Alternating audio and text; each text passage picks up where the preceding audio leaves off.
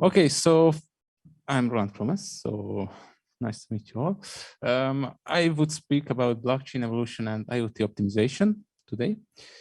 So basically, you know that IoT devices take part in our life, our everyday life. So everybody has, for example, smartphones or even smartwatches and so on. But actually, we forget that most IoT devices are constrained, so they are limited in terms of memory storage and computational power. They use not really high frequencies, and also the battery lifetime of these devices are limited. And we would talk about it a little bit later, that how we can actually optimize the power consumption to obtain a better and maybe a more increased battery lifetime. So contrary to this technology, IoT technology, the blockchain technology is completely different. So blockchain technology needs actually a high computational power, and also its data size increase infinitely. So for giving an example, Bitcoin today is approximately 230 gigabyte or even more. So it's incredible. So when we have I don't know, a small IoT devices, it's impossible to store the copy of the blockchain. So we can see it by these values as well. So obviously we can ask ourselves, how can we integrate IoT technology into the IoT blockchain and into the blockchain technology and blockchain network structures. So just for giving a small introduction, and obviously this morning, Professor Verdier has already told about the Smart IoT for Mobility project, in which we have an accident use case. So you can see an ecosystem which contains actually blockchain-based clouds. So for example, Renault clouds, insurance company, and so on. And the vehicles are connected to this type of clouds that are based on blockchain, and they send data to this system, the data that is recorded just before the accident happened. So obviously, the cars are equipped with some type of IoTs. So, and for example, with special sensors like odometers, radars, or even with cameras. And yes, when we use a blockchain, we can obtain actually a transparent data storage, and also with special smart contracts, we can make the insurance and refund procedure faster and so on. So there are a lot of advantages. Basically, we used this type of blockchain network that are combined with IoTs. So here the IoTs that are equipped in the vehicles, actually they don't contain the copies of the blockchain. So they just has, for example, APIs that can be executed and can create valid transactions for a given blockchain. And you can see we have interface which facilitate the communication, direct communication with the blockchain. So yes, the advantage is that the IoT device doesn't require actually full connectivity. So it's great because we can optimize the power consumption. Okay, so it is great. So we had this, maybe I can come back. We had this network in which we directly communicate with the blockchain and we send data. But however, the problem is that the data that we store just before the accident can be high. So around megabytes to gigabytes. So it's really big data. And the problem is that you can see that, for example, in the case of Bitcoin, today we are in 328 gigabytes, and just one transaction of Bitcoin, it's only 500 bytes per transaction. And just to compare with our use case, in which one transaction can have 1 megabyte to 1 gigabyte. So the problem is that the size of the blockchain can increase too fast, and it can expose the infrastructure in which we deploy this blockchain network. So what can we do? And yes, maybe this picture is similar to you because it was presented this morning. So we have this type of infrastructure in which we combined IoTs with a blockchain that was a hyperledger sawtooth and with an IPFS system, it's an interplanetary file system, to store the raw data. So IPFS is also a decentralized data storage system that can be used. And the blockchain is used to store only the hash of the data. So the hash of the data is actually a digital fingerprint of the data. So it's unique. So we can identify our data by the hash. And also the hash is like a reference, like a pointer to our data that is stored in IPFS. And with special smart contract, actually, we can provide that only the ecosystem members, so the given IoT devices, can communicate with our system. And it's a strong point. Okay, so it's great, but to create hashes, actually, we need a lot of time. So as you can see in this picture, so when we execute an application that create a valid transaction, we had also create the hash of the raw data. And as you can see, when the data size, oops, could you come back? Okay, thanks. So when the data size increase, the time that is needed for creating the hash increase as well. So for example, 10 megabytes, almost the half of the total execution time is taken by the hash procedure. So what can we do? Actually, we could apply specific hardware accelerators that enables us to compute faster the hash functions and optimize the power consumption. So that's why we have the idea to design a dedicated low power consumption IoT device model, obviously. So here we are, these are the requirements. So basically we have a blockchain API that can communicate with multiple types of blockchain. And this API is executed on the top of a Linux operation system, which is executed on an ARM architecture. So it's a CPU, an ARM CPU that is emulated by QEMU.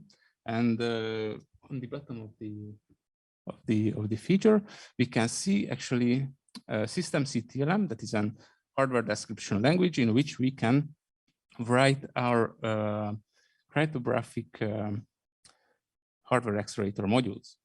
So, but we can ask the question, but okay, but which are these cryptographic primitives that we have to accelerate? And for have a question, we have to come back, loop here, and analyze our APIs that we have created for multiple types of blockchains. So these are the blockchains that were studied, and we saw that actually the hash functions are SHA, CACAC, and so on, that can be accelerated with dedicated IoT hardware accelerators. Yes, I can go. So here we are. This is the architecture that were modeled in systemctlm. So you can see that for every type of cryptographic hash primitives, we associate a module that is written in systemctlm.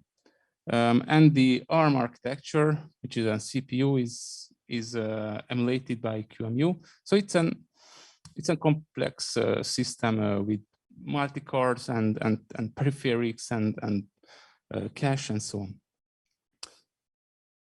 Okay, so we had the functional model that you could see just before, and now we are interested in creating a power managed architecture, and we can do it thanks to the PowerClock library that was developed in our laboratory. So this tool enable us to obtain a power management and visualize the consumption.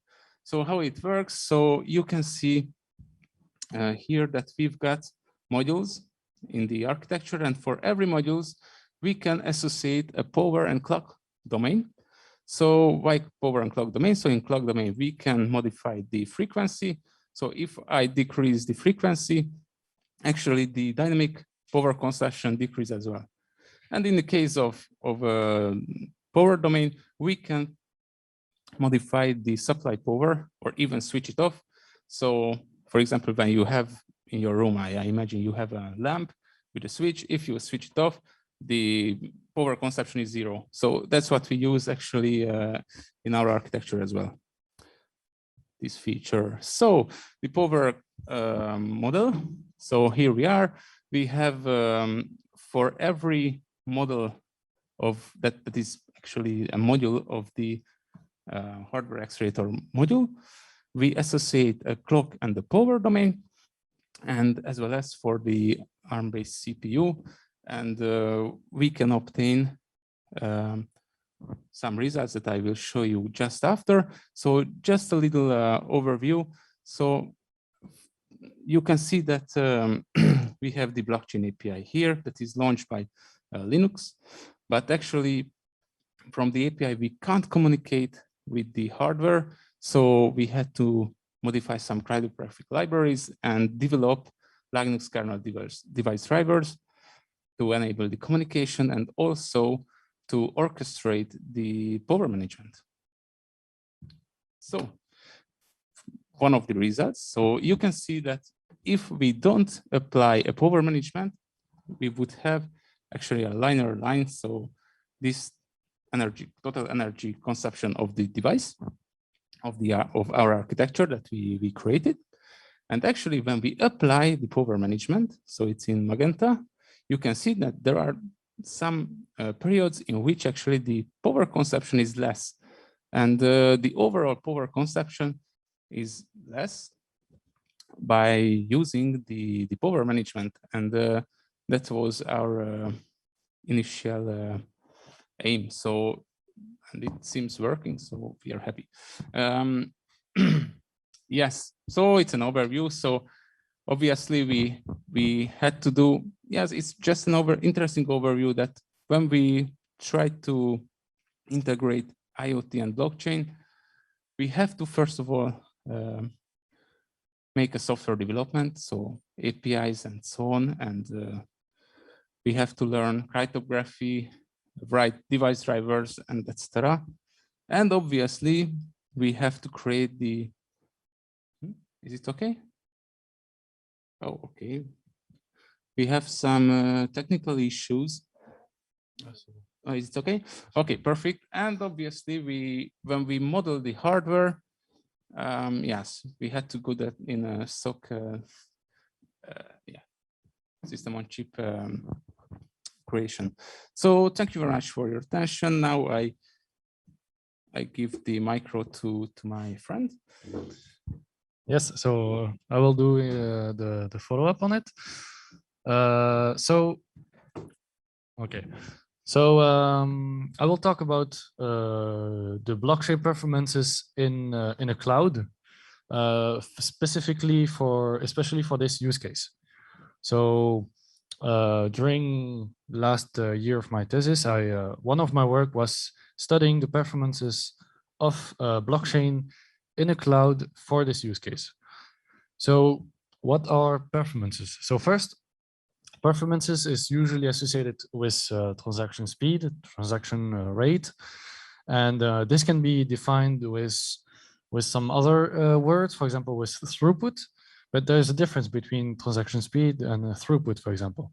Throughput is usually the transaction per second that can be sent to the blockchain where the blockchain is still working. So you can send, for example, 1,000 transactions per second, and the blockchain can then process maybe a different number of transactions per second. So you can, for example, send 1,000 transactions per second, but this will be put into a queue, and the queue will fill up to a certain degree. And because the transaction per second that the blockchain can process is different than the throughput. And this means that we have another term, for example, commits per second, also finalized rate. That is the transaction that is added into the ledger permanently per second. So those are the transactions that are truly added into the ledger of the blockchain. And the synonym of this commit per second is also transaction processing, as we just said. And we have also a term in transaction processing that is the transaction execution latency. So using the transaction execution latency, we can also have we can deduce the transaction per second, because if we know if a transaction takes 500 milliseconds, it will take we will have 2 transactions per second. So we have these performances are the performances that we want to know for one or multiple blockchains. And in our use case, we have studied in the last year of 2021, we have studied Hyperledger Sautus mainly, and that is, and we are going to study just the transaction per second, for example, of Hyperledger Sautus blockchain. One little note here is that in some cases, blockchain scalability can also be called, can be a synonym of transaction speed. So if we say that a blockchain can scale easily, you can see on some of the websites, some of the blockchain websites, we will see that if they say blockchain scale a lot, they sometimes mean transaction speed is scaling also, but it's not always the case. So there's different kind of scalability. So in scalability, for example, here we can also say that the scalability in a blockchain means the limitation of the number of participants that participate in the consensus algorithm of the network.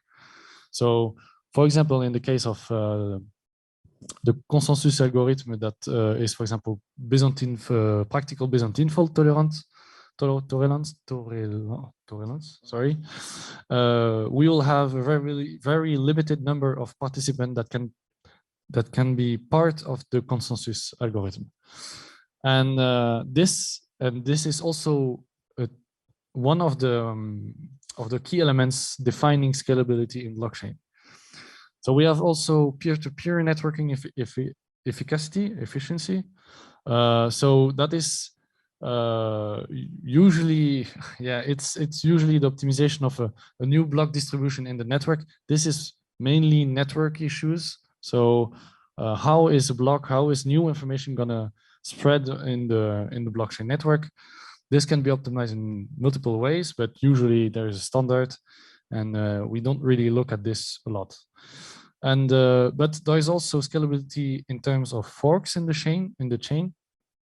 When, for example, a blockchain scales, you will tend to see more and more forks depending on the consensus algorithm. You can have more forks, and forks means that there is a deviation of the ledger into the network, and this brings the security aspect of a blockchain, where security is, for example, the security limitation in terms of cryptography, but there is also security in terms of resilience to evil actors. So to how much evil actors will try to change the blockchain,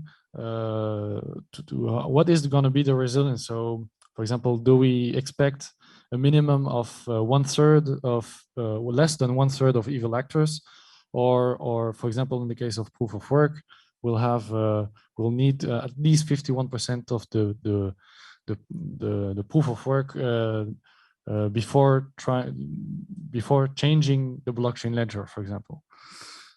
Also, there is decentralization. This usually means the consensus algorithm, which one is going to be used.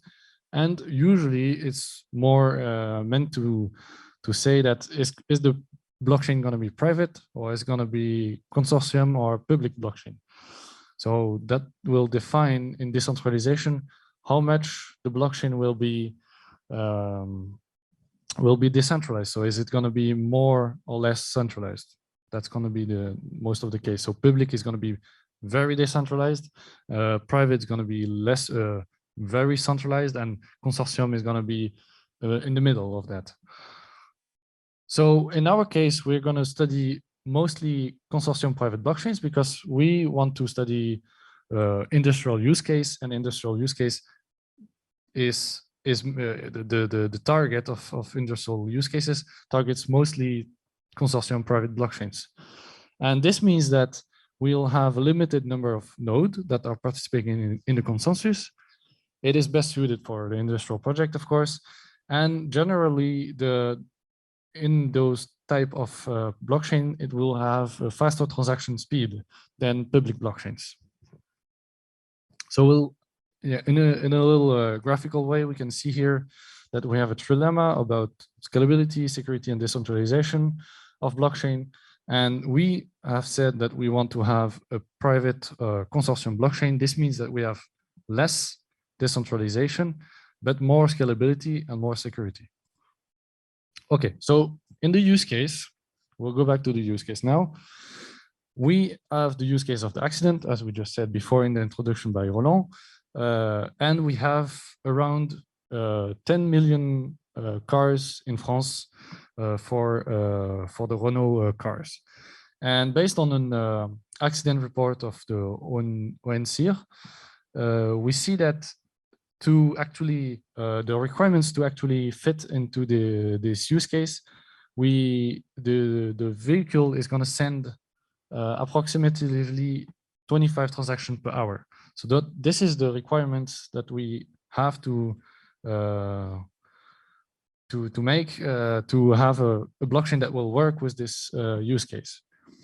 So, but why do we need cloud? Why do we are talking about cloud? Because in the title we had cloud, and the cloud is actually to get closer to a real world situation, because in the real world, we usually use cloud or cloud computing or something like that. And this will allow us to have a closer look to the real situation. Also, it's easy to configure on-demand resources, etc. And we can simulate a complete private consortium blockchain. So that is why we want to use cloud. And it's going to be much more closer to the result of performances are going to be closer to what you're going to expect for an industrial is going to expect. So yes, so what we have here is the use case where we have the car, the vehicle contains IoT that is going to send a transaction to the blockchain here, and this is the global architecture easily. But the IoT also is going to use smart contracts. So here we have a smart contracts where we can add a new car, store a new car, and store a new crash, for example. And this is what we're going to execute in a cloud, and we're going to have some results of that later on. What we used is Hyperledger Sautus. I mentioned it before. Hyperledger Sautus is a blockchain that is modular, focused on industrial use cases, and we used a cloud provider that is Task Group, and we had a total of lots of CPU. We don't need to mention the numbers, but we had enough CPU, enough of hard drive to do whatever we want and to really simulate the real world situation. We completely automated this architecture, and we had an architecture for this to automate this. We have an architecture that looks like this, where we simulate a lot of cars that send transactions, and inside we have all the necessary stuff that contains the blockchain and etc. Also the metrics to retrieve the metrics. All of that is in the cluster in the cloud, and we're going to see what are going to be the performances that we talked about in the beginning. So the benchmark here is total of 120 measurements, for example, in the case of the Hypological Sautus results. So the results what we had in for this blockchain for Hypological Sautus is this. So this looks a lot like a figure of Mr. Verdier this morning, where we had here a maximum of 25 transactions per second that is being processed by the blockchain. So this means that the blockchain actually adds 25 transactions per second in the ledger. In the case of Hypological Sautus. So, and this is using a 4-node configuration. This means that there is only 4 participants in the consensus. So if we want to have more participants in the use case, we want to have maybe 5 or 10, or I don't know, maybe here 24 nodes. So that means that we have 24 participants. That means that actually here we can see the results shows that the more we have participants in the use case, the more the transaction speed is going to drop. And voila. So, but in the end, based on the accident report, this implementation still meets the requirements because we had 25 transactions per hour, and here we have 25 transactions per second. So great. Of course, there is some more work that is actually being submitted to a workshop just last week. That is about Ethereum, where we have much better results. And I've worked with this on this work with Cyril Naves, Samuel. So also that's some good news for industrial use cases, because we show that for Byzantine fault tolerant consensuses, we have much better result, for example, for Ethereum than Hypological Sautus. So that's great. We also have some work on blockchain, the substrate blockchain framework that is still going on, and that's going to be published hopefully soon if I have more results. And also there is a practical implementation on the Renault vehicle that has been talked about this morning for the Smart IoT for Mobility use project, where there is a car that is going to be a little bit tweaked to have some actually real chip with real blockchain data that's going to be sent to some blockchain. Also, there is the work about the co-simulation with Power Clock Arch for the IoT, where this work is also going to be continued in the perspective so soon after Roland finished his thesis. So in conclusion, we successfully implemented the industrial IoT use case. There is also some optimization on the IoT on the overall energy consumption. We know that it is possible. We simulated it, or Roland Kromes simulated it. We also deployed Hypological Sautus blockchain into a private network in a cloud. And we have better results than the previous local implementation. So the implementation was tested on a local setup, and now in the cloud we see that there is better results, and voila. So that's it actually. We have all the publication. There's quite some of them, and hopefully you have some questions. So this is us. Thank you for listening to me. Do we have a question? Okay. So yes, so maybe you have some question. I don't know. Is there any question? I think Christine left for 15 minutes. I don't know at what time she sent the message. Let me see. 2:55. Just now. Just okay, no problem. So is there any question, Marta? Sure. Yeah, I was wondering, we are talking about data from a connected car to the blockchain, and we know that the blockchain can ensure us that the data are not manipulated after that they upload. So before that, how we can ensure to end users, but also to industrial partners, that they are the real data from the connected cars, that there are no manipulation and so on? Okay, so this can be answered, I think, in two ways, because the goal of this whole project on our side, for example, on the electronic side, is to prevent the fraud and the manipulation of this data. So that's why on the IoT directly on the car, we have the implementation directly there on the IoT in the car. So from the moment that the data has been signed, hashed, etc., has been sent to the blockchain, has exited the blockchain, the car, we know that it cannot be tampered with. But there is a possibility, for example, that the car, imagine there is some kind of hacker that wants to send some odometer data that is wrong, for example, that the car is not moving, but it's actually moving.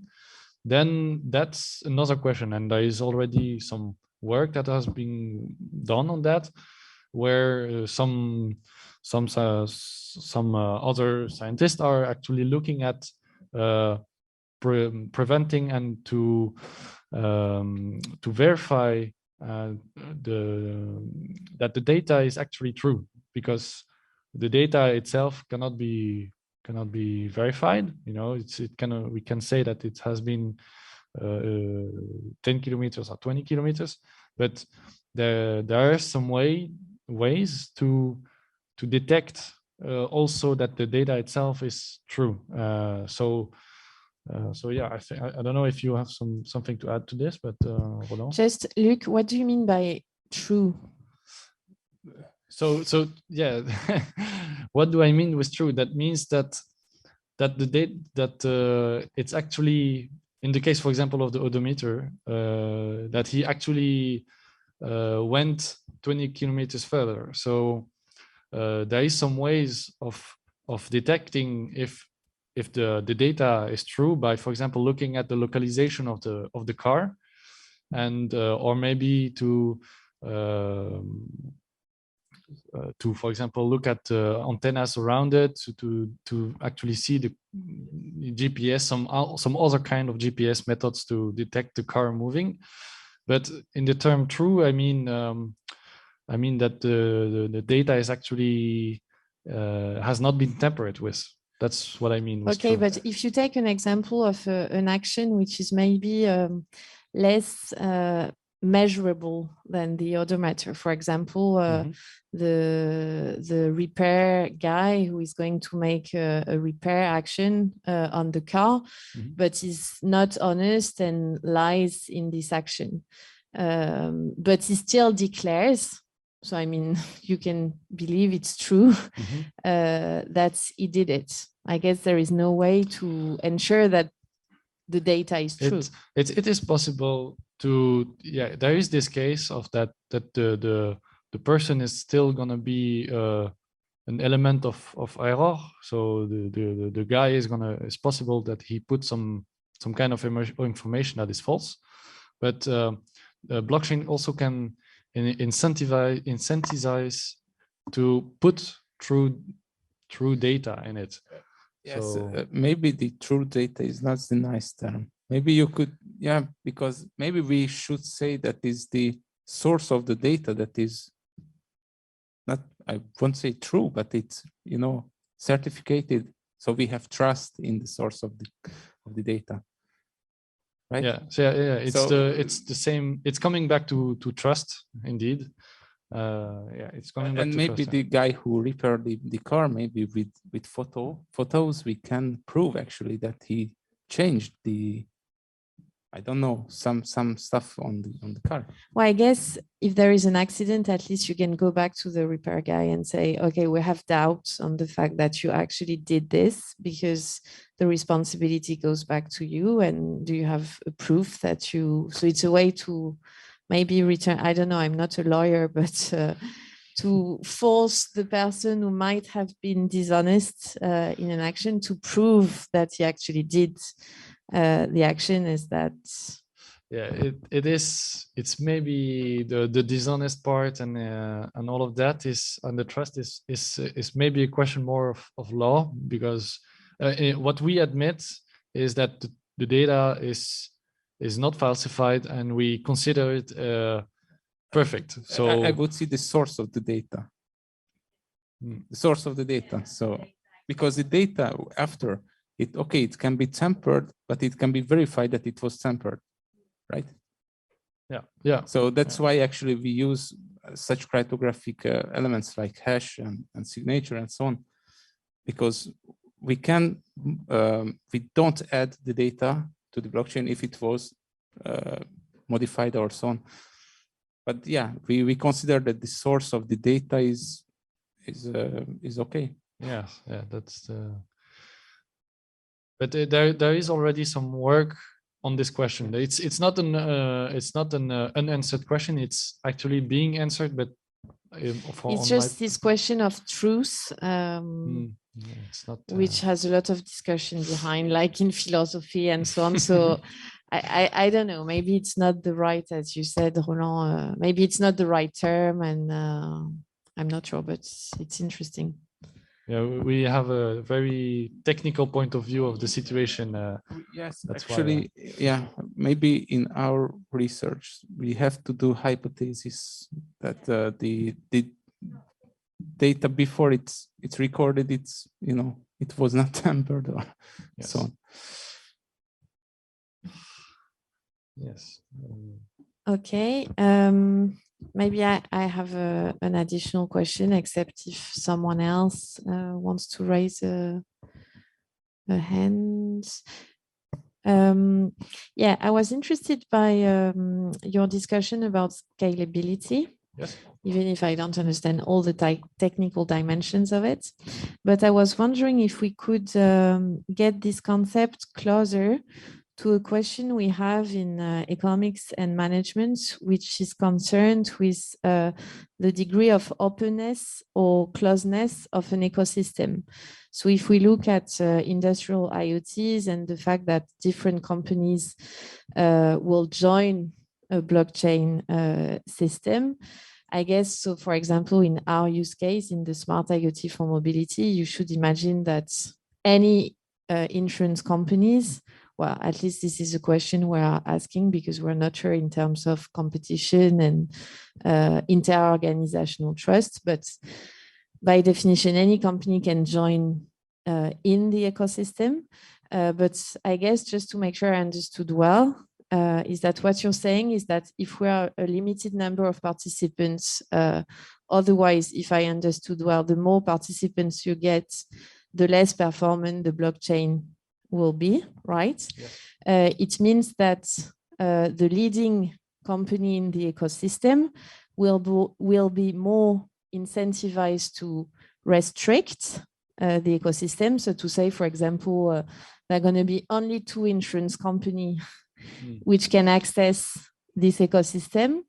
Otherwise, the performance will be lower, which is a bit different because we've got models in economics in which you've got markets, which is the contrary, like telecommunications and so on. The more people got connected to the internet, the better it was in terms of performance, because it was a way also to increase the network and so on. So I was wondering if you had Yeah. So okay. So there is some part of what you said is true, but it's not. We cannot really directly generalize it with everything.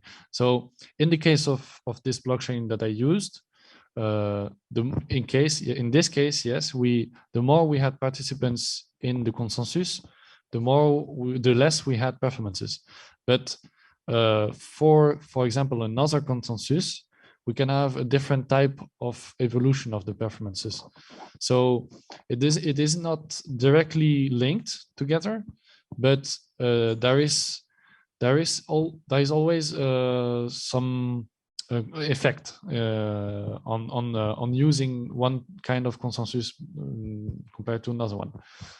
But does that mean that, for example, if you have a project of ecosystem with a leading firm having some objectives in terms of number of participants in the specific ecosystem blockchains, you could, from a technical perspective, advise them to have one consensus or another, depending on the number of participants, which is interesting. Yes, because exactly. it means that you know, this is also related to what we're doing in terms of degree of closeness or openness, directly related with the you know, the technical performance of the system as well, because there is no point having a very open ecosystem if at the end of the day the blockchain is not performant, right? That's exactly it's where we can view again the trilemma, because talking about the number of participants in a blockchain is how much decentralized it is. So when we see the trilemma, we can, if we try to have everything, the performances are always going to be worse. So if we focus more on one or another element of the trilemma, we will have more or less performances. So if the industrial use case, for example, really requires to have a lot of participants, or we're going to have less security, or we're going to have less scalability. That means there's always one that's going to be going down compared to the other one. So yes, but it is possible to completely customize, depending on the consensus, to customize the participants in the blockchain network. I don't know, maybe you have something down to conclude.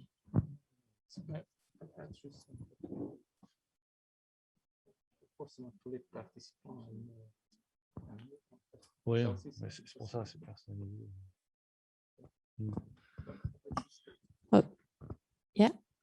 Oh no, okay. Maybe just one thing that but it's the participants of the consensus. So maybe it's possible that in an ecosystem, not every real partners or participant has a node that participate in the consensus. So yeah, what you have told about, it's okay. Yeah, it's true, but in fact it can be. So the solution is not just changing the consensus rule. It can be also that maybe two organizations have only one node that participate in the blockchain. It's a possibility in the consensus. Sorry, yeah, obviously. So that means that the two organizations both takes part in the blockchain, but actually it's only one node that takes part in the consensus. And obviously between these two organizations, they need some kind of agreement, trust and agreement. Yes. An agreement that can be maybe held with smart contracts too simply. Yeah. So they will vote between us what to do. So yeah. Okay, so this was the additional things. This leads really well and really naturally to the next presentation. Perfect. In terms of trust and relations as well between companies and end users' perception.